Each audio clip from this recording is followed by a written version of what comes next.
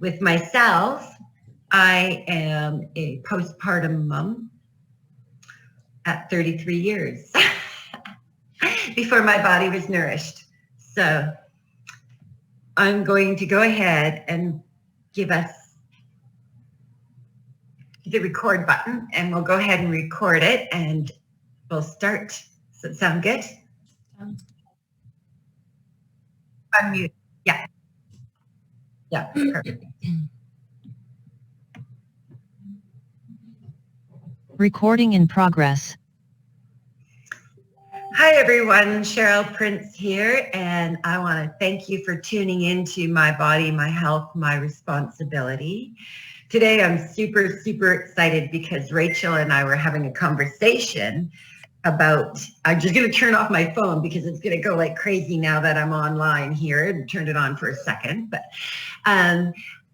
we were talking about postpartum depression, and it's something that's really, really dear and near to me. And the reason being it's dear and near to me is because I had postpartum depression for about 33 years. We figured it out. And I never found relief until I found Black Oxygen. So thankfully, I found Rachel. Hi, Rachel. And she was able to start talking to me a bit more about this as well, because Rachel, you tell the people what you do, because I'm impressed. So just through my own journey the last about 12 years since becoming pregnant and having 2 children,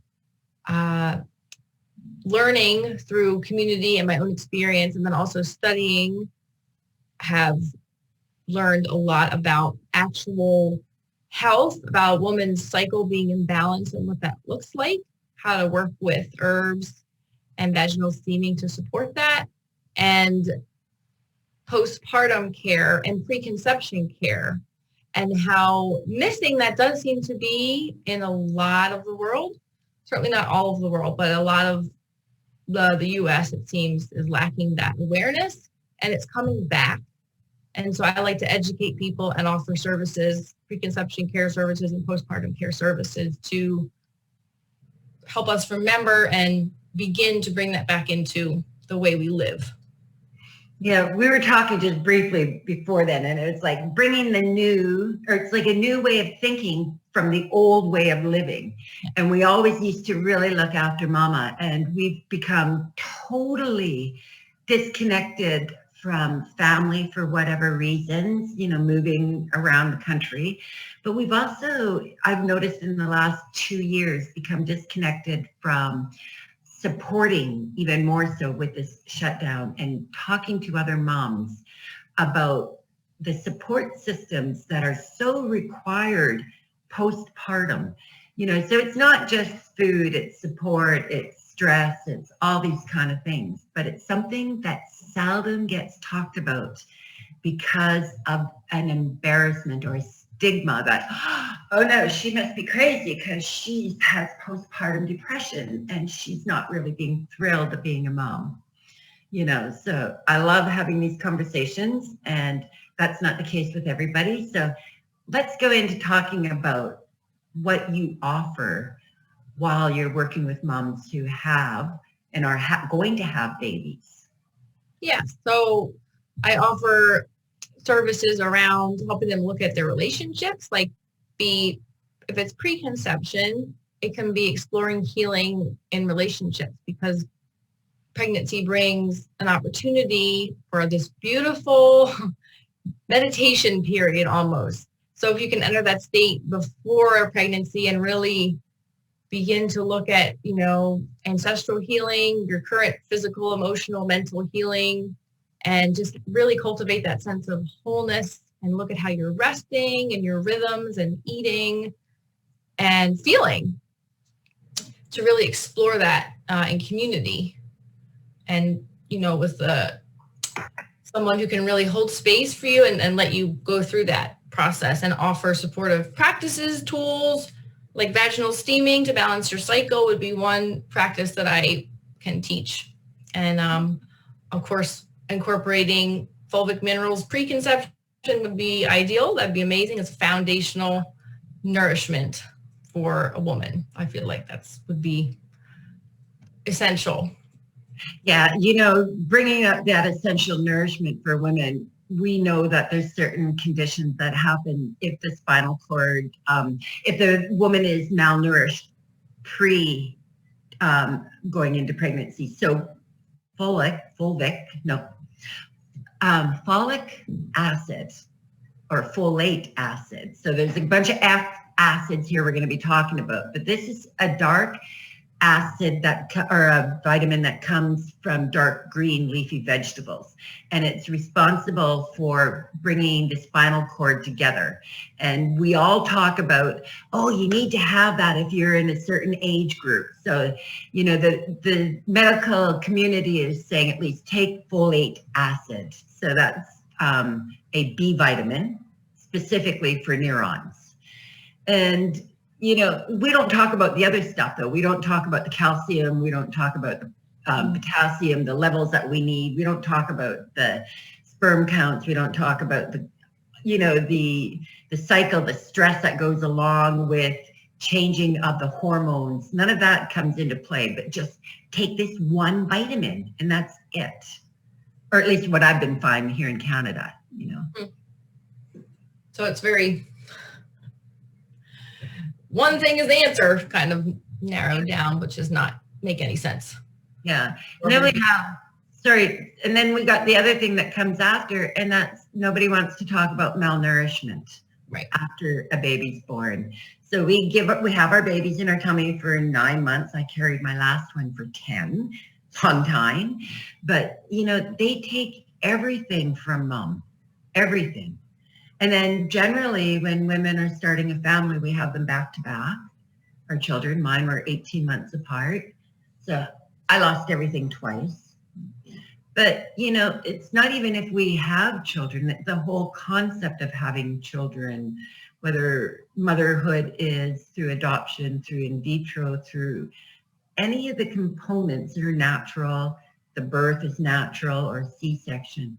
All of these components come into major play in the well-being of mama once that baby's home. Right? Yeah. Once the baby's home. And then looking at after the birth, it's a natural time of depletion. So the pregnancy is, in my understanding, a natural time of you're building up, you have more blood, your body just changes in so many ways. And the growth of your uterus changes so much. And your hormones change so much day to day, moment to moment. And, trimester to trimester. And there's that fullness, and then baby comes out and there's that emptiness. It's kind of understood in traditional Chinese medicine as a cold state. So the mother needs warming foods, warming treatment and touch, lots of rest, beauty around her, and community, because those things she cannot cook for herself after she has a child. That requires also sisterhood and community to provide that. That's how it is, how it's always been. So coming back to that, remembering that again, and how to bring that back up, because the health of the future, look at the health of the mothers.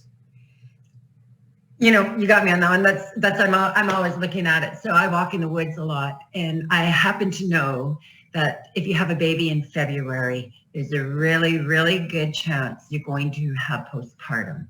The baby will take everything. It's a time of cleansing in the earth. We're not getting the fresh vegetables, at least here in Canada, we're shorter daylight. We're not getting the nutrients back in to nourish us quite quickly. And I've been taught or been told I'm that crazy woman who walks through the woods offering fresh bone broth and dark green leafy vegetables from my greenhouse, because I just see them and I'm like, hey, do you need extra support? And then you add the extra support of moving away from our families and nobody coming and holding the babies. You're bringing that warmth, into account. I forgot about that component as well. And then there's a few other things that start playing into account. But when you're malnourished, you don't realize you're malnourished. You don't realize when you're going through these things that that's the problem. And I like to bring that into account because I was at a very bad stage, and this is why it's important to talk about this. But I was at a bad stage after I had my second child because he was a February baby, back-to-back situations. I had postpartum, didn't realize it. I thought I was just severely depressed every once in a while because it altered day to day, right? Some days I'd be happy, some days I wasn't. So it wasn't consistent. And I finally found a doctor who said to me, "You're malnourished." And that was my change. But a lot of women don't get that, do they? Yeah.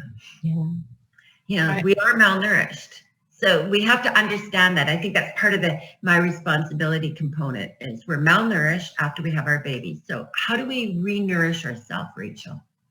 Right. Well, that's where you need to either arrange, have things made and frozen, if you can't get those around you to cook for you. That would be, okay, using my resources I have, I could do that. Mm-hmm. Or I could let people know I'm going to need these specific recipes. I need you to make that for me, make that for me, make that for me. Every week, can you bring me this? Every week, can you bring me chicken soup? Every week, can you bring me greens and lentils and beets?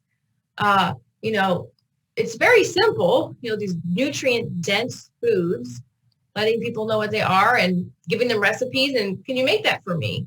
Or I'll make some and freeze them beforehand because it's essential. It's not a luxury. It's not an option. I mean, for your health, for the rest of your life, it's very important. It's necessary. Mm-hmm.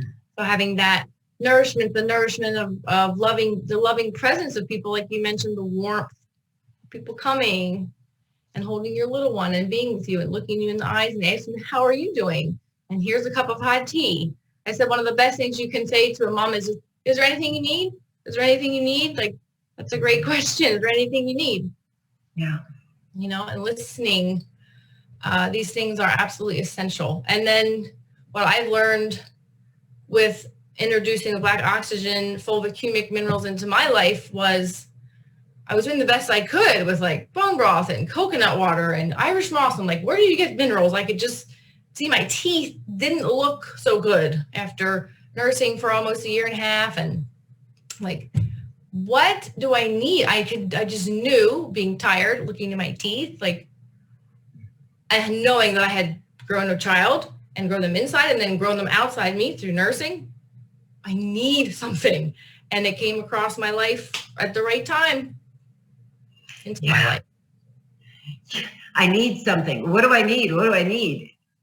Black oxygen came at the right time for me, only 33 years after.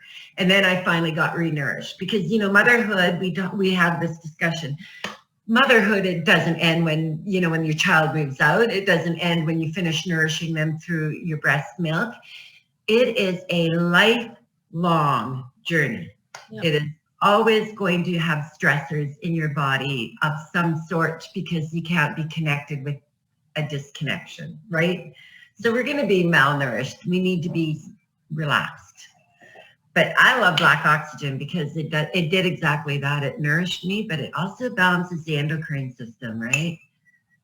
How did you begin using it? And what does it look like? Well, for me, I started using it in a liquid form, but my cousin dropped it off and said, hey, try this, Cheryl. It's really, really good. And because of my background as a holistic nutritionist and nurse, and I'm an educator on the brain and aging, I thought, yeah, this stuff absolutely is the cat's meow. It's convincing other people that something as simple as this and doing this could make all the difference in your world.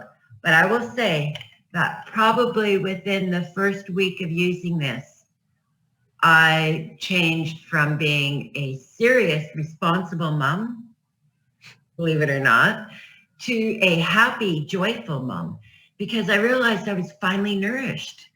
And I can't believe I had been malnourished, even though I ate organic for so long, you know? So this stuff, it's just got everything. I mean, it puts the nourishment in the cells. So when your How baby, could you be malnourished if you were eating so well? how could I be malnourished if I was eating so well? Well, first of all, I had C-sections, okay, and I had 2 babies back to back, 18 months, and I miscarried in between, and I breastfed them both. So that is a time period of about 4 years of constantly losing everything out of my body. So there is the malnourishment. Did I gain it back? No, because I was also spent a lot of my time raising my children alone. I was a sandwich generation, so I was looking after my mom and dad who had had health issues. My husband was gone 330 days of the year fishing, so I was left on my own accord. I worked full time, believe it or not, too, because it was more sane to go to work and have somebody do my food than for me to try to figure it out myself. You know, I had stress, I had stress, I had stress, and it never ended, ever, because, you know, when you're a young mom, you're also building mortgages, you're, you know, like paying mortgages, you're also have financial issues, you're raising kids, you got to do the best. I mean, everybody who's ever been a mom knows everybody in society wants you to do the best. So you take stress and then you eat standing up. How many moms eat standing up?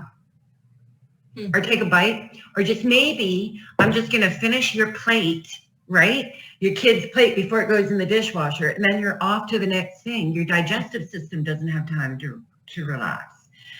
And then, oh my gosh, you're going to hit that wood stove, or you're going to like touch the thing. So you're in fight and flight. Oh, did I mention, do you sleep? You never sleep. Ever does sleep ever come back the normal way? Because when they're teenagers, you're waiting for them to come in. So all of these components come into play that you never get your nourishment back into play. And I, you know, when we were talking the other day, and I said, oh my gosh, Rachel, I feel like I was 30-something years postpartum, because I now only feel nourished the way I felt when I was 17 pre. Oh, by the way, yeah, birth control pills. Anyone who's been on birth control pills is also malnourished, because birth control pills take into doing things to your system that tricks the endocrine system to not work wholly. You know, like, so I mean, it's all these things that we do that disrupt the body, that disrupts us being women. So, Whoa. it's kind of deep, right? It's deep. It's a lot. But when I found this, I was like, wow, fulvic humic minerals, that's the thing, because it's going to nourish me. And within days, I was nourished. I was just excited like a little girl again, because I didn't realize how much I carried and how long I carried it. And then the weird thing was 7 months into this, you want to talk postpartum? 7 months into taking the fulvic humic minerals, I had 2 C-sections, and the last one was very violent because it was an emergency C-section, and it never felt like anything went back into normal play in my uterus, which I found out 7 months into taking the fulvic. I woke up one day with really bad pain, and it was in my back, and it felt like back labor, and it felt like front labor, and then all of a sudden, the next day, my hip bones popped out. I think my uterus went back into place. I truly think that after all of these years, that was a component that needed to be fixed in my body, and it became a priority for the rest of my body to heal. And then once that happened, my stomach flattened, my muscles came back into play. I had feeling in areas that I didn't have feeling for 30 years from my C-sections. And I mean, like, just underneath the line. So there's a lot that I can't say about the minerals. I can't say it's going to help you today with postpartum, because you're going to always be under stress, but I hear it's going to help with the stress, right? Like, everybody says it helps with stress, you know. But that was something I found kind of odd because, you know, again, you're going back through a natural positioning if you've had a normal delivery. But C-section women don't have normal ones. And these babies that are born from C-section are only carrying one microbe in their systems. So they're already set up for leaky gut and food allergies for the rest of their life as well. So because they're not getting the microbes that they pick up through the vag canal when they're going through. So, I mean, it becomes very complex life situations. Now I've talked and talked and talked. Do you want to talk some more? Because, or do we have any questions? It's good to share. I know, my understanding is depending on the birth, even if it's vaginal, the uterus can do interesting things. It can move, it can drop down. So that can be an issue, any type of birth also, the placement of the organs and the uterine care. And that's part of the postpartum care that I've learned through the sacred postpartum mother roaster training about how to support that process of helping the organs come back and up and everything to support that after birth through different practices like vaginal steaming when it's the right time and belly binding and belly care and warming practices around the abdomen. Yeah, they sure didn't have that when I had kids. It was like, go home, put a pillow over your tummy, and make sure you don't lift anything more than 10 pounds. Well, my babies were 10 pounds, so. Yeah. Oh, wow. I can't lift my own babies up. You know, like no support. Yeah. You know, I think that's really, really important. And again, you know, we're not just talking having the baby, it's motherhood, right? I mean, there's so many components to raising kids that moms need the extra nourishment. Yeah. I can share a little bit about my story with what I experienced when I first started drinking the Fulvic humic mineral water. Please do. It was a spring, it was early spring of 2020. And I had a holistic healthcare practitioner I was working with introduced it to me and said, let's start you on this and say you feel, you know, a little bit, start you on that. And my body's response was, I am very thirsty. That was the only thing I remember is I drank my first serving and I thought I could drink an ocean. I could drink so much. So that didn't surprise me though, because I would look at, and my nails would be like, I feel like I'm dried out, you know, after giving all your fluids as you nurse a baby and grow a baby. So I wasn't surprised, but I was like, I have never experienced thirst like that. So I just drank more and more and more. And about 2 weeks in, I was menstruating and I remember having more energy than I usually had. I mean, it's a time naturally where you're low, which is okay. That's the way it's supposed to be. That's by design. But I remember feeling like, wow, I just felt like a little more perky and I was like throwing my son up like this. And I was just like, well, this is new. That really stuck with me. Like, that's really new. And then I remember about 3-4 weeks in looking at my skin and just being like, wow, my skin looks really, really, really good and plump. And it just felt different and it looked different. And then I've learned from Andy Vroon, who's a holistic health kinesthesiologist practitioner. He talks about how over time, as we continue with this foundational nourishment that's not in our plants and not in our soil, so it's not in us until we add it back in, that it will start to, every person's very unique, it will start to go to where it needs to go on the glandular level. And it will address whatever needs to be addressed and it will adapt. And so I just found different peace mentally and a different sense of communion with nature, just taking walks in my neighborhood. And I was just like blown away, where I felt so connected with nature, deeply connected with trees and plants. And then I can remember the change of the seasons, like especially it was probably this fall to winter. I was like just excited. I wasn't like, oh, winter's coming. I didn't feel that. I just felt like this is how it goes. This is the cycle. This is perfect. I never I usually used to have that feeling of like a little bit of slight dread, but I looked forward to it. I was like excited. So that was very new. After taking it for, that would have been about 9 months at that time, like the seasonal change, just being rolling with it. Yeah. Feeling in tune with it. Funny you said 9 months. That's how long it took to grow a baby. And then it takes 9 months to replenish yourself. So it's like, could not be a quick fix for everybody, right? I'm sure it would depend on your state, how you eat pregnant, how you eat, the sperm and the egg right there. Like Dr. Sheila talks about, how are they, how you care for yourself, how you care for yourself after.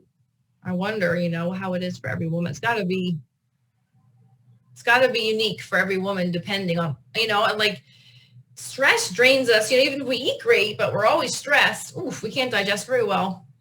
Yeah. We're taking in. So it is the community and that feeling supported, and where our nervous system is in the tend befriend mode, where we're stressed out and we reach out for help, or someone reaches out to us and how are you?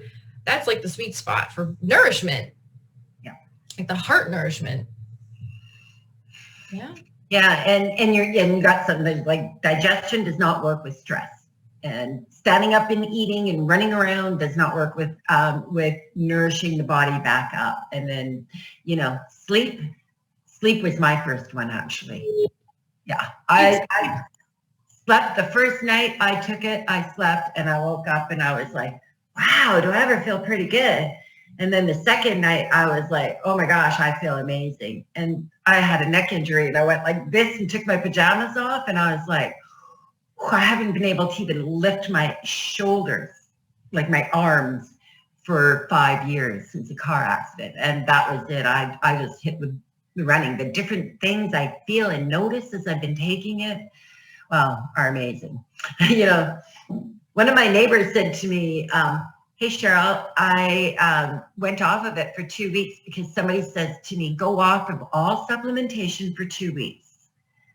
And she said, she was sitting there and she was like clutching the table and says, all I want to do is have like a glass of wine and I want to eat more and I feel really kind of cranky and I highly never recommend anybody going off of this for 2 weeks. So I'm like, we'll go back on it. She's like, no, I'm finishing the experiment. She went back on it. I personally don't think we ever need to go off of this. And as somebody who looks at supplements, this is one that I consider a food, not necessarily a supplement. Kids eat dirt all the time.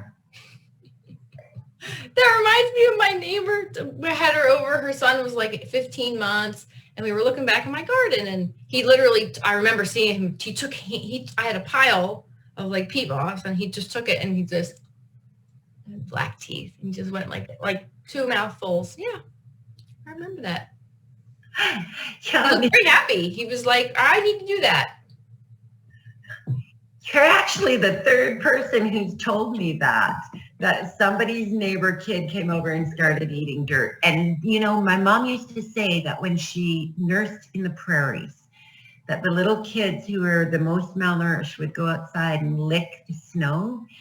And something in traditional Chinese medicine would say too, and things I learned in my training was, if you're deficient in this, you go and you look for this in the elements. So if a kid's eating an entire peat bog or eating something, they're pretty malnourished, eh? Wow. I'm excited. I'm excited about where we're going with this because I know we're going to change moms' lives. And if we change moms' lives, then we change the children's lives and we keep on perpetuating it and we make sure that people are healthy. So we're open for any kind of questions. If someone wants to ask Rachel a question or see what else she's doing to help make sure she's in the best spot as a mom going forward.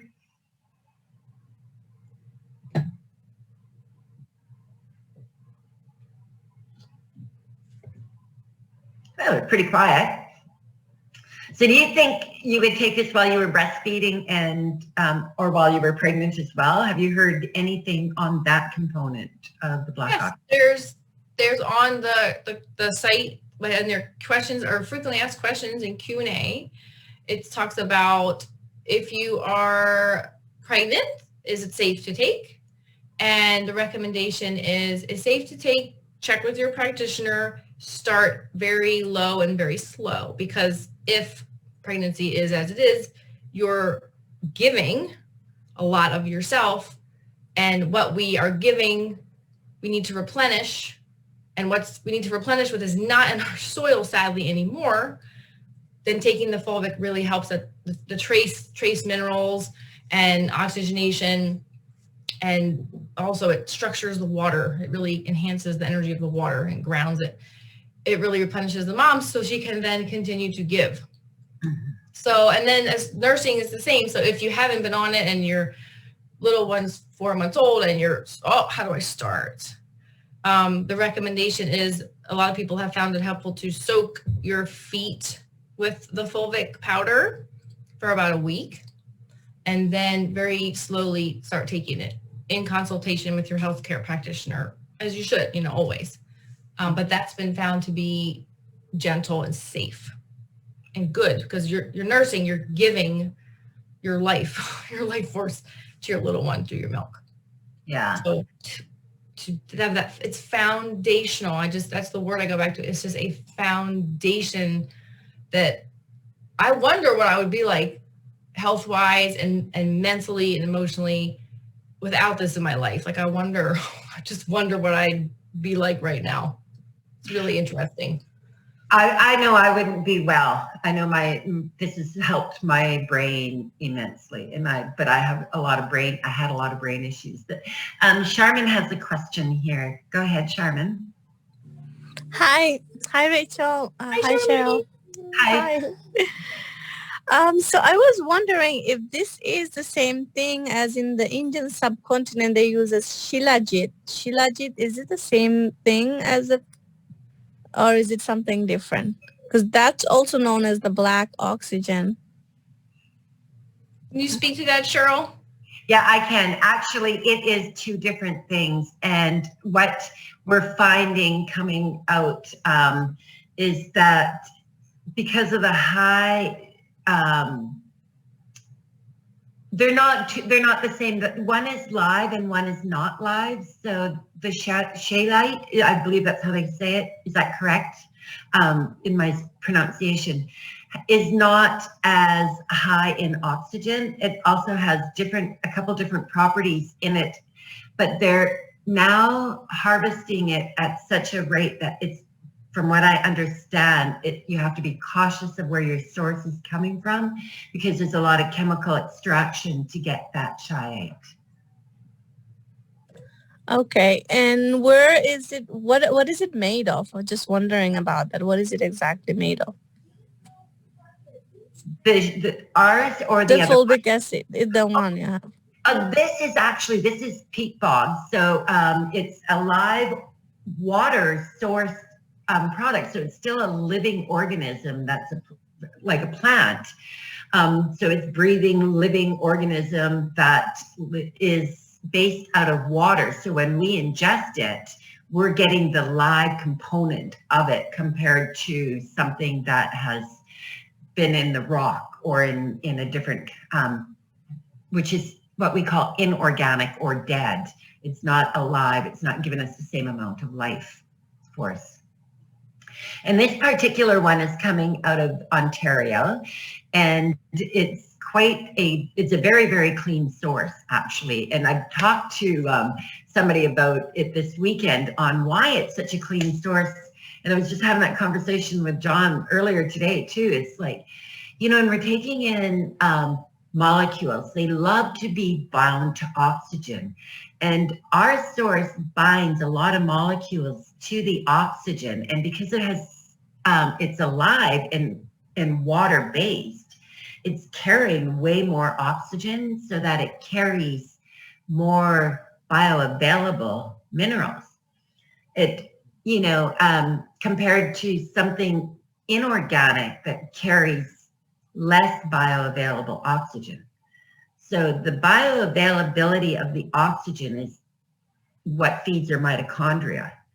but the oxygen binds with certain minerals that break apart better, and some that break apart or that stay together, that their compound bonds stay closer together.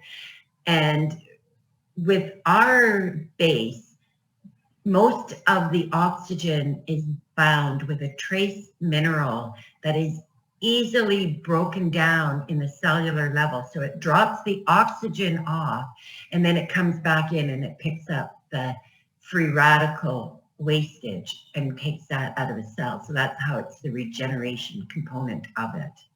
So, compared to, say, a inorganic form, that inorganic form we know carries more metals, but it can carry more heavy metals because of the rock that it comes out of.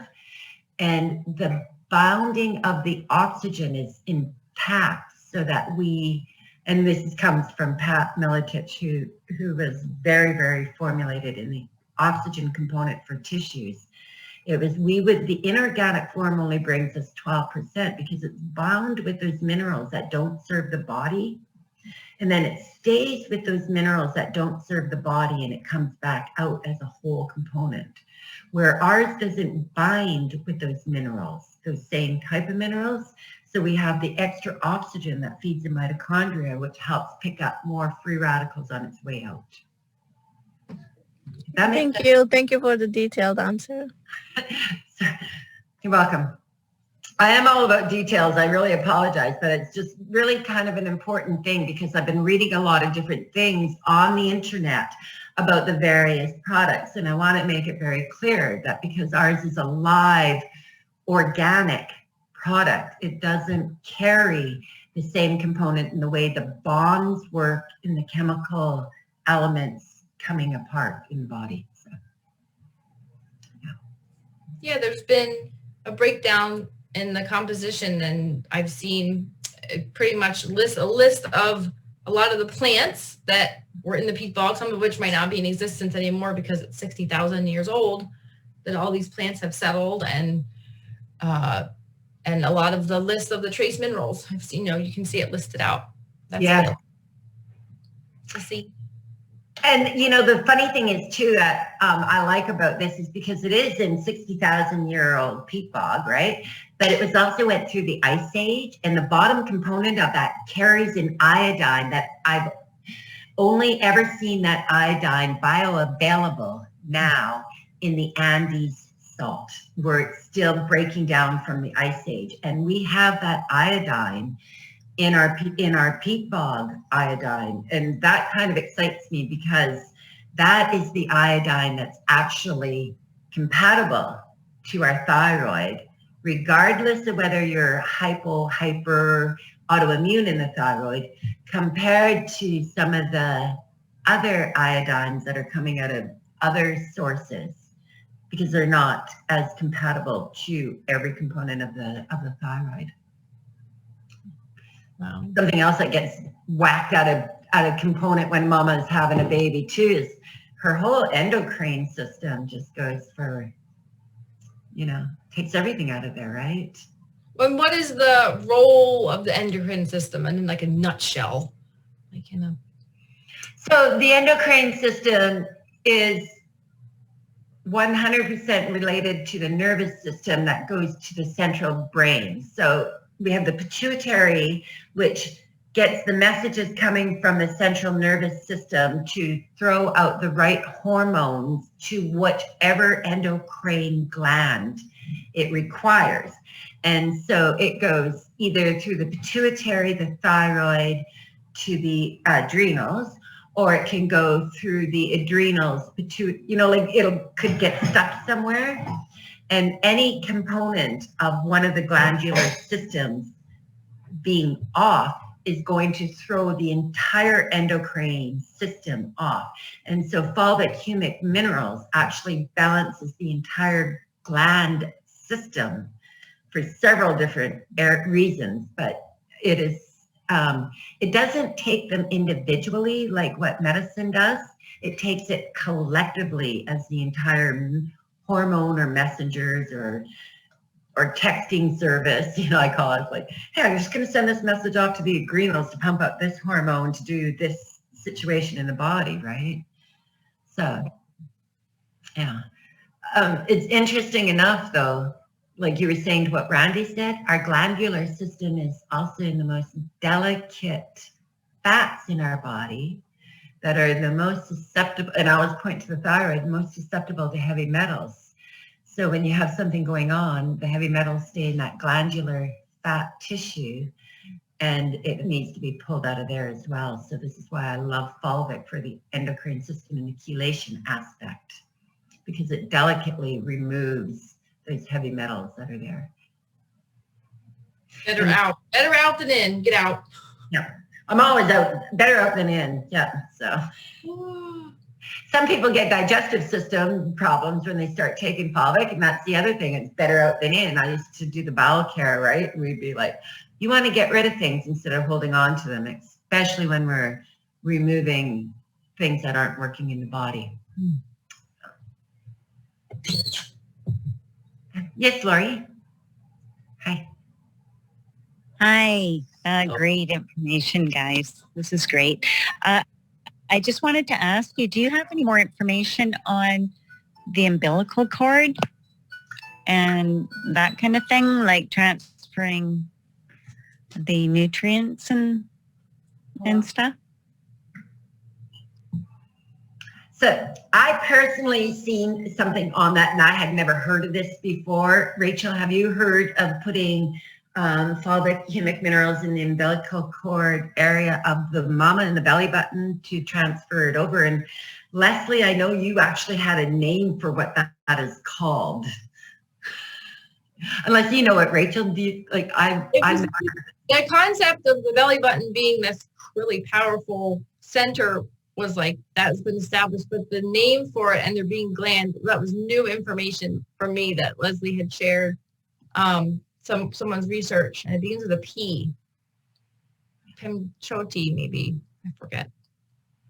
But maybe she's searching for it. It was very interesting. It's like the idea of like that, that reminds us of that cord, that lifeline. I mean, my goodness, of nourishment. That was our original nourishment. I never gave that any thought whatsoever.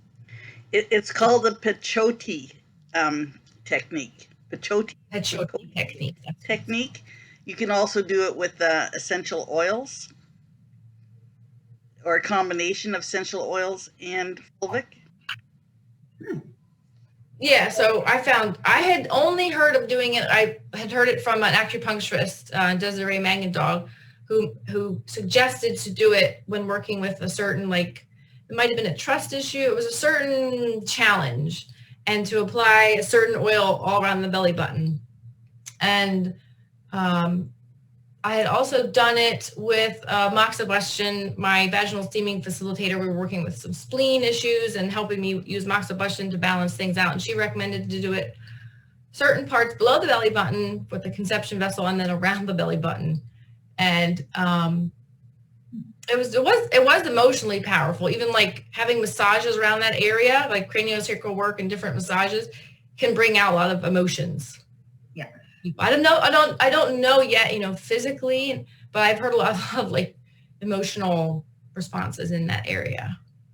So that's your sacral chakra, which is really, really important to being deep rooted to family, to being part of something, community. And so that would make a lot of sense that we would be putting issues in there, especially as a rooted to our mama, right? Like our natural way of nourishment from the beginning of time.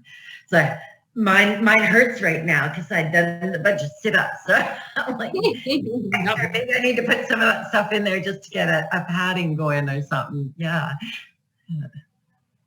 Thank you for that. Yes, Lori. Oh, I also was wondering, the umbilical cord itself, when the baby's in you and stuff, do you know anything about like heavy metals or anything like that connected that needs to be looked after, any kind of attention with the fulvic and that related, like the stuff that goes through from the mom into the baby through the umbilical cord? You know, I'm going to actually address that issue because when I did my holistic nutritional program, my instructor was a Ayurvedic doctor with 4 degrees in chemistry and pharmaceutical and everything. And she had never lived an impure life and never did anything impure in her entire life. So she was really, really excited when she had her baby to do a heavy metal toxicity test because she wanted to prove she had the first baby with no heavy metals. And she did the live hair analysis plus a live blood analysis, and it showed completely toxic of the heavy metals that you would not think that you would even get, especially that. So in my opinion, we are passing along to the children things that we don't even know because our environment is so toxic nowadays and the food doesn't have it, that I would think, and again, those heavy metals are bound to the oxygen and taken out through the fecal matter. I think it would be the same as it would nourish the baby and get rid of anything that wasn't necessarily working for the baby while in vitro. And again, we do not claim to cure, treat, I'm going to throw this in here really quick, cure, treat, or diagnose anything black oxygen. I'm an independent, I am not a medical doctor. I'm just an amazingly science geek who goes into biochemistry at every opportunity I can with everything and then go back and research it so that I am accurate in what I'm doing. But go check with your primary caregiver for anything first. But again, my opinion is it's not going to hurt anybody. And Sheila, Dr. Day and I were talking about that too. Do you think it could hurt anybody? No. I don't think it could hurt anybody. I think we all need it. In various stages of pregnancy, I think mama needs it even more today than before. We don't have it in our soil. There's nothing in our soil. Think how many people are magnesium deficiency alone, you know, and that's not even the trace minerals that are not in our soil anymore too, right? We're a somber bunch. Any other questions? Let's do something upbeat about having a baby. What's so great? Oh, I love a baby cry and they love the newborn smell. Oh, the smell. Oh, baby smell. Yeah. Yeah, and you know, it's so hard, I think, to be a mom. I think, you know, and we're looking at not just, you know, we're talking about being kind to our body and being responsible. I think moms need to realize they're not superwoman. I think moms need to be really, really, really gentle on themselves throughout their entire life. And I think we need to be gentle to moms. Because I said this when I used to teach, when we know better, we do better. And we have to recognize that there's a lot of moms sitting with malnourishment who may not be doing it perfect. And we need to, instead of judging, we need to gently encapsulate them and hug them and bring them bone broth. You see them walking in the woods, you know, just help them out. We need to be more supportive because, I mean, that was our history for thousands of years, right, Rachel? I mean, you and I talked about that too. It's like, this isn't new. This is old. We just forgot it. This is, you know, having kindness and humanity, and this is, it's necessary. With this red tent thing that goes on here on Vancouver Island, have you heard of that? So it's a grouping for women, actually, and in some cultures, women who are menstruating have to go stay in a separate tent, and they're not allowed to be with anybody else in the village. So here there's a group of women that have this set up so that when women are menstruating, they have the extra support. So they kind of took a twist of what the men didn't want, the dirtiness, and changed it around so that women could feel more supportive in this and make it more of an open thing to discuss. Because we never used to talk about that. Oh my gosh, could you imagine talking about this conversation in front of men before? We've come a long way, haven't we? But not far enough yet. So, on that note, we've done almost a really great hour, and if anybody else has any more questions, throw them out there. If not, I really would love to hear some parting words of wisdom from you, Rachel.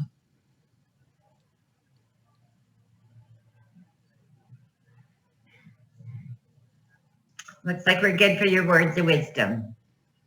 Well, I suppose it would just be the things I always tell my children is listen to your body. You know, tune into your womb. I had a conversation with a woman the other day, and, you know, where do I start? And I told her, I said, put your hand on your heart and your hand on your womb when you're in the shower or when you go to bed, you know, and just ask your womb space, what do you need? Or, you know, what messages do you have for me? And the answers are there and you'll hear them. It's very simple. It's a very simple, gentle, easy start that's very effective. I use it a lot. And a lot of times it's like, rest. Okay. Been lately for me, my theme, rest. Okay. Again, it's the same message. Okay. Yeah, you know, you said something that I also want to point out is regardless of where you are in your life, listen to your body. Listen to your body. There is nobody who knows your body better than you. There is nobody who knows what you truly are doing to your body than you. We can be in denial on certain things, like that bag of potato chips I wanted to eat. Didn't do it, but, you know, we can be in denial, but ultimately, we need to be in tune. And anything you do yesterday, food-wise, is going to show up today. So be aware of that. So be aware that no matter how long you've been malnourished, it's going to take time to nourish yourself up. No matter how long you've been in a state, it's going to take that amount of time to nourish. Not that amount of time, say, but if you were in a state for 20 years, it could take 20 months to bring you back to homeostasis. And once you get to that stage, aging will be amazing, and you'll have the ability to be able to be present and be the mom you want to be, regardless of the age of your children. So thank you guys very much for coming and joining us, and I look forward to sharing more and having Rachel pop this in. I'll have it come up on the taped and into the screen so that we can share it for those who couldn't make it. And thank you guys very, very much for your time. I really, really appreciate it. Thank you so much, Cheryl and Rachel. Thank you. See you guys soon again. Bye. Thank you. Thank you so much. Thank you. Here. Bye.